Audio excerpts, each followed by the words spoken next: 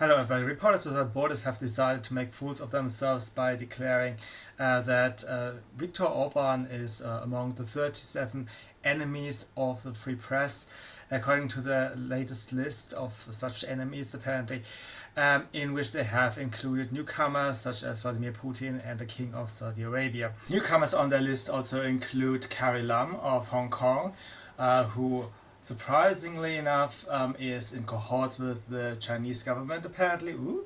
So the Reporters Without Borders have now also found out about that. And they have also found out that, you guess it, in Saudi Arabia you cannot freely speak your mind and you cannot publicize whatever you wish about Islam, about the King of Saudi Arabia, etc.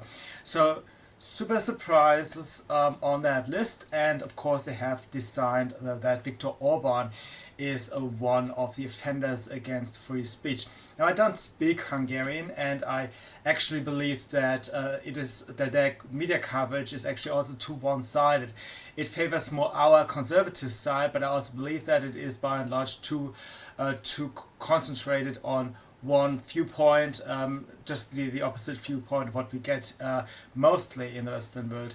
Secondly, you must have noted that the new entries like Saudi Arabia or Hong Kong's Carrie Lam and Russia, they have been added to kind of give some legitimacy to put Mr. Orban on that list, because those people had been disrespectful of people's freedom of speech and their right to distribute their views in the past for quite some time, and you wonder, okay, what is this Reporters Without Borders even for, if they have not noticed so far? But let's dive in what they have complained about, which is the media concentration in Hungary, which I think is problematic indeed. There are largely conservative papers and news outlets, which is the direct opposite of what you normally see in all other Western countries. I must say that they are still in a better situation than conservatives are everywhere else. Hungary is only 10 million people, and or it's been fewer than 10 million people, and yet they have a left-wing television channel, RTL, at their disposal. The left has that at its disposal. Now imagine you would have a Fox News TV channel for every 10 million people in the rest of the Western world. That would make quite a difference, wouldn't it? So their situation is far from as dire as they claim. However, if you notice the breadth of publications in Hungary, it is indeed a bit monotonous, to say the least. I do not speak Hungarian, but I have followed some blogs, some left-wing, some right-wing, and I think there is some truth in it, that it is a bit too groupthinky, too one-sided in many ways. But also, it is only a small country, and how many people can work in the media, right? So, having said that, they also have complained that Bolsonaro in Brazil, the president of Brazil, were an enemy of the media, and they did so because he said that he disliked certain reporters. Now that is an opinion, that is not a restriction of any news outlet, of their operations. So apparently, as far as I can tell, I'm not Brazilian, if that is their complaint, then freedom of the press is well established in Brazil.